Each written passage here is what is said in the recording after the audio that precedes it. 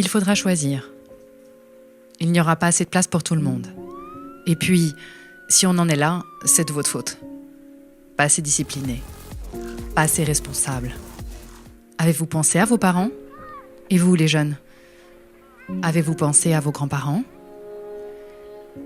Comment en est-on arrivé là ? Dans un monde où une personne normale est celle qui dénonce son voisin et en demande encore plus. Encore plus de restrictions. Encore moins de liberté. Pourquoi au final ? Ah oui, sauver sa peau.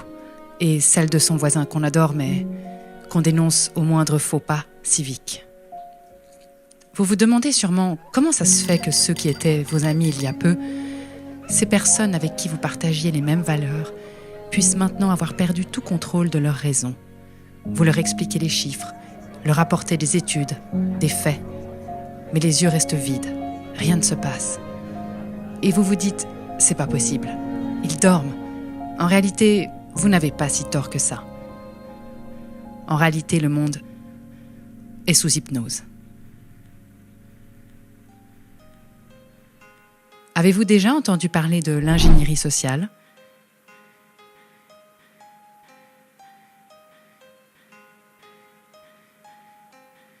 De la fabrique du consentement ? Je vais aller droit au but aujourd'hui. J'ai une question pour vous.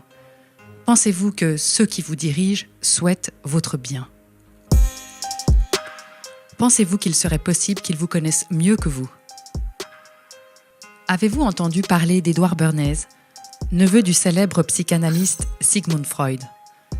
Édouard Bernays, auteur du célèbre livre Propaganda, sorti en 1928, était aussi le grand-oncle d'une personne que vous connaissez bien. Il s'agit de Mark Randolph, le cofondateur et premier PDG de Netflix. Pour Édouard Bernays, une foule ne peut pas être considérée comme pensante. Elle ne réagit qu'à ses émotions. En 1916, le président Wilson devait sa réélection à une position pacifiste, utilisant le slogan « Grâce à moi, l'Amérique est restée en dehors du conflit européen ». En 1917, durant la Première Guerre mondiale, Bernays fait partie du Committee on Public Information, ou commission Creel, créée par le président Wilson pour mettre sur pied un arsenal mental, une machinerie destinée à retourner l'opinion publique américaine et à la préparer à l'entrée en guerre, faisant de la propagande durant la Première Guerre mondiale les prémices d'une science, l'ingénierie sociale. En un an, grâce à toute une série de manipulations basées sur la connaissance de la nature humaine et spécialement des foules, il réussit à opérer un virage à 180 degrés dans l'esprit des gens.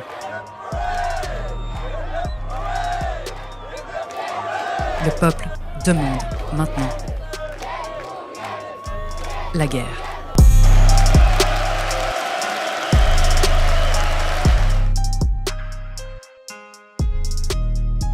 Si tu ne connais pas ton cerveau, quelqu'un le fera pour toi. Et comme le disait l'ancien président français Nicolas Sarkozy, ce n'est pas la réalité qui compte, mais la perception de la réalité. Alors, comment changer votre perception ? Comment vous faire demander ce que vous n'auriez jamais demandé il y a encore un an ? Voici ma réponse en 10 étapes. Premièrement, la distraction. Quoi de mieux qu'un peuple distrait ? Vous aimez la télévision ? Les séries ? Les émissions ? Finalement, on ne sait pas vraiment pourquoi, mais on ne décroche plus. Des heures passées à ingurgiter sans résistance. Pourquoi ? Parce que quand vous êtes en mode distraction, vous êtes en état d'hypnose et votre esprit critique s'est envolé. Finalement, quoi de mieux qu'un peuple distrait ? Ça laisse la place pour préparer le terrain quand l'heure sera venue.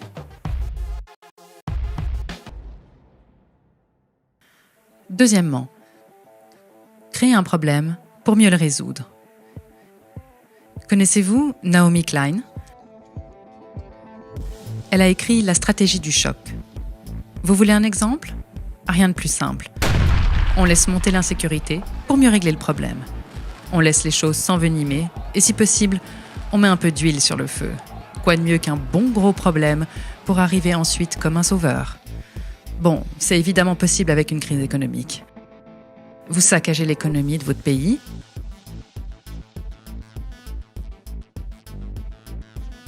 et arrivez pour résoudre les problèmes plus tard.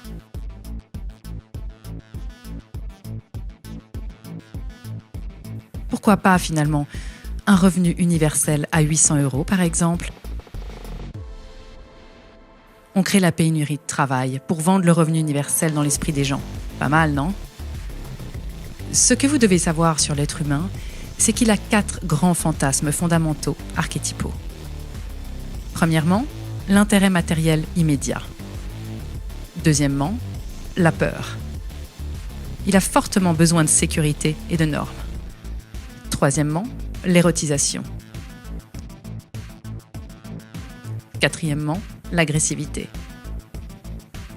Surtout, nous noterons la peur et l'érotisation. D'ailleurs, à ce propos, savez-vous ce qu'est le tititainment? Ce mot est un mot valise utilisé par le démocrate Brzezinski, membre de la commission trilatérale et ex-conseiller du président des États-Unis, Jimmy Carter, pendant la conclusion du premier State of the World Forum qui s'est tenu en 1995 à San Francisco. L'objectif de la rencontre était de déterminer l'état du monde, de suggérer des objectifs désirables, proposer des principes d'activité pour les atteindre et d'établir des politiques globales pour obtenir leur mise en œuvre. Les 500 hommes politiques, leaders économiques et scientifiques de premier plan réunis, parmi lesquels Mikhail Gorbatchev, George Bush père, Margaret Thatcher, Bill Gates, Ted Turner, sont arrivés à la conclusion que, dans le siècle à venir, 2/10 de la population active suffirait à maintenir l'activité de l'économie mondiale. Le problème se poserait alors sur la manière de gouverner 80% de la population restante, superflue dans la logique libérale, ne disposant pas de travail ni d'occasion d'aucun type, ce qui nourrira une frustration croissante. C'est ici qu'est entré en jeu le concept proposé par Brzezinski, qui a proposé le tititainment, un mélange d'aliments physiques et psychologiques qui endormirait les masses et contrôlerait leur frustration et leurs protestations prévisibles. Le même Brzezinski explique l'origine du terme tititainment, comme une combinaison des mots anglais tit, qui veut dire sain, et entertainment, ou divertissement. Finalement, on vous a donné à téter, tranquillement assis sur votre canapé, et pendant qu'on vous endormait, on a préparé ce qui est en train d'arriver. Au final, on trouve un moyen idéal pour inhiber la critique politique. Et voici comment arrive l'omniprésence de divertissements abrutissants et la satisfaction suffisante des besoins primaires humains. Troisième point, la dégradation progressive, ou comme on peut l'appeler, le fascisme progressiste en dilution homéopathique 5CH. On y va par étapes, graduellement. On ne va pas tout vous dire du premier coup, vous trouveriez cela inadmissible. On ne donne pas brutalement l'information, mais on y va petit à petit. Vous souvenez-vous du mois de mars 2020 ? Vous pensez que vous auriez réagi comment si on vous avait annoncé un confinement de 2 mois, puis le port du masque dans la rue, le couvre-feu, l'interdiction de boire un bon verre de vin avec vos amis sur une terrasse ? Ils savaient bien que ça ne passerait pas. Et ils avaient raison. Il faut y aller progressivement. Pourquoi ? Parce que le peuple oublie. Quatrième point. La stratégie du différé. On verra après. On s'occupe de la pandémie, on verra plus tard pour l'économie. Et là, je vous vois sourire. Oui, vous avez raison, le plus tard n'arrivera jamais. Pourquoi ? Parce que vous serez tous bien endormis sous la couverture devant le prochain divertissement abrutissant, et d'ici là, ils savent que vous aurez oublié. Une fois de plus.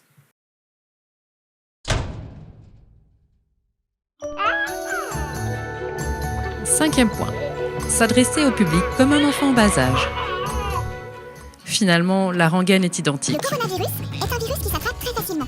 Il fait tousser, éternuer, il fatigue, donne de la fièvre et mal à la tête. Et de ne pas rester trop près des gens, surtout s'ils toussent. Et pour protéger tout le monde, il faut tous rester chez soi. Peu importe le pays.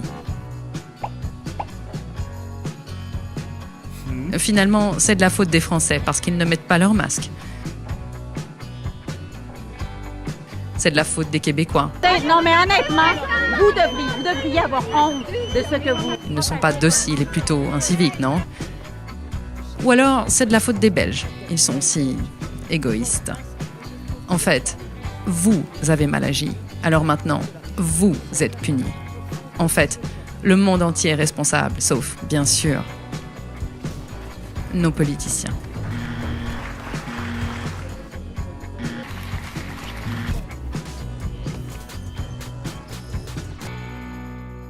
Sixième point.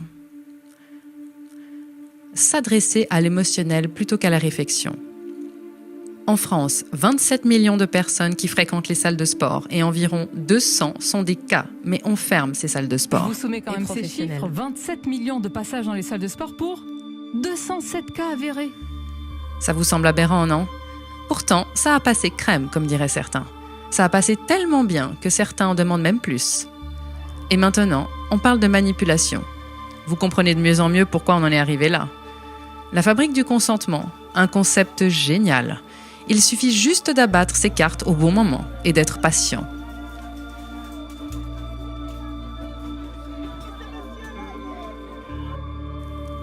La peur première est la peur de mourir. On a tous des traumatismes en nous d'abus de pouvoir. Pensez à votre éducation, à vos moments d'injustice quand vous étiez punis. Qui n'a jamais été puni étant enfant? Il y en a parmi nous qui ont été privés de dessert, d'autres qui s'en sont moins bien sortis, avec des punitions vraiment plus violentes. Alors, on grandit physiquement, ça c'est sûr.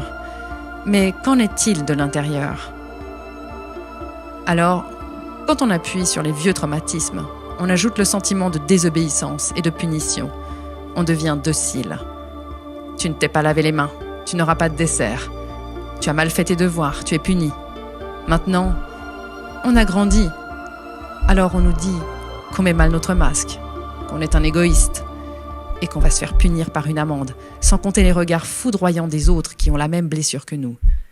Finalement, quand on y réfléchit, on brade notre liberté pour 135 €. Septième point. Encourager le peuple à se maintenir dans la bêtise et l'ignorance. En se spécialisant, on ne relie pas les choses les unes aux autres. Chacun est devenu excellent dans son domaine, mais n'a pas d'analyse pluridisciplinaire générale. À force de connaître tout sur rien, on finit par connaître rien sur tout. Plutôt pratique, non? Demandez à un ami ce qu'il pense de sa vie actuelle. Il vous répondra sûrement « Je ne sais pas, je ne suis pas médecin ». Alors, on éteint petit à petit l'esprit critique. Le besoin de donner du sens et d'oser questionner et remettre en perspective.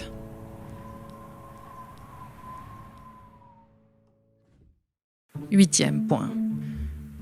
Se complaire dans la médiocrité. On a besoin d'une appartenance sociale. Pour comprendre la notion de norme, il faut comprendre qu'on a besoin d'appartenir à un groupe. Avez-vous entendu parler de la pyramide de Maslow? Voici l'étage inférieur. Un individu, pour survivre, a besoin de boire, de manger et de dormir. Ce sont les besoins physiologiques primaires. Mais oui, la vie ne se réduit pas à ça. À l'étage supérieur, c'est le besoin de sécurité. Votre maison, par exemple. Votre toit, sur la tête. Ensuite, le besoin d'appartenance à un groupe. Le besoin d'avoir une estime de soi. Et pour finir, le besoin de réalisation de soi. En d'autres mots, votre étage supérieur, c'est votre besoin de sécurité, votre besoin d'appartenance à un groupe. Dommage, le masque met en distanciation. On fait d'un groupe une succession de personnes détachées les unes des autres. Tu ne mets pas de masque, alors tu seras banni du groupe. Le besoin d'avoir une estime de vous. Oui, je sais, c'est pas franchement compatible avec la culpabilisation qu'on vous fait subir depuis des mois. Et pour finir, le besoin de vous réaliser. Ce qui paraît plutôt compromis vu la crise économique actuelle, n'est-ce pas? Rappelez-vous toujours de ceci. Une société prospère permet aux citoyens de réaliser tous ces étages. une société prospère vous permet à vous de réaliser tous ces étages. 9e point. Remplacer la colère par la culpabilité. Oui, c'est pas pratique un peuple en colère. Ça casse tout, ça se révolte, et avec un peu de malchance, ça finit par convaincre les endormis. Alors, on a trouvé une solution miracle. Remplacer la colère par la culpabilité. Finalement, on joue sur la corde sensible. Vous ne seriez pas égoïste à ce point, n'est-ce pas? Pour finir, la règle d'or, celle qui est intemporelle et sans frontières, connaître le peuple mieux que lui-même. La tendance de l'humain est de ne pas vouloir changer ses habitudes. On n'aime pas le changement. Maintenir son intégrité fait partie de la nature humaine. La culture est un ensemble de traditions et d'habitudes transmises de génération en génération. Pour imposer une nouvelle norme, il faut un choc. On jette donc un trouble dans la culture et la tradition. Pro-masque, anti-masque. Ça disloque le groupe et ça permet d'amener de nouvelles façons de vivre rapidement et sans résistance. Comment on fait? Premièrement, envoyer un choc. Un bon gros choc. Ensuite, imposer de nouvelles normes. Convaincre les gens que leurs habitudes ne sont pas bonnes. Mettre un masque pour être un héros social. Oui, je sais, on connaît la taille des masques et on a tous vu la mention « Ne protège pas du Covid-19 » sur les boîtes. Mais n'oubliez pas, la foule ne réagit pas à la raison. Elle réagit à l'émotion. Finalement, sans bonne excuse, comment amener les gens à se distancier et se diviser? Un virus est l'alibi parfait. On ne le voit pas et il permet de justifier une mesure aberrante pour le contrôle social. Oui, vous pouvez voir l'horizon se profiler maintenant. Nous sommes en dictature sanitaire. Mais d'ici peu, vous pourrez enlever le mot « sanitaire ». Comme le disait bien Edward Bernays, gouverner de façon invisible et convaincre le bien fondé des mesures que la population n'aurait jamais acceptées si tout allait bien. On crée un problème pour le résoudre en y amenant la solution qui nous arrange. Alors, souvenez-vous toujours de cela. La réalité ne compte pas. Ce qui compte, c'est la perception de la réalité.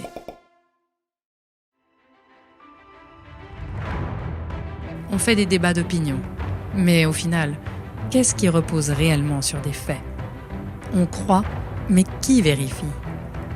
La science ne ressort pas du domaine de la foi. Pourtant, la plupart d'entre nous croient et ne vérifient pas. On adhère à un scénario, mais où est la réalité? Alors on vous distrait et on vous fait regarder à gauche quand on vous attaque à droite. Faites un arrêt sur image, une pause dans votre bruit intérieur et pensez à Jean-Paul Sartre pendant la Seconde Guerre mondiale qui a osé prononcer ces mots. On n'a jamais été aussi libre que sous l'occupation. Parce qu'il y avait un ennemi, il fallait se positionner, quelle que soit sa position. On ne se positionne jamais pendant l'âge d'or de la démocratie, mais quand on la perd. Alors partagez cette vidéo si vous pensez que nous vivons une opportunité, celle de nous positionner enfin, celle d'affirmer qui nous sommes et non qui il souhaiterait que nous soyons.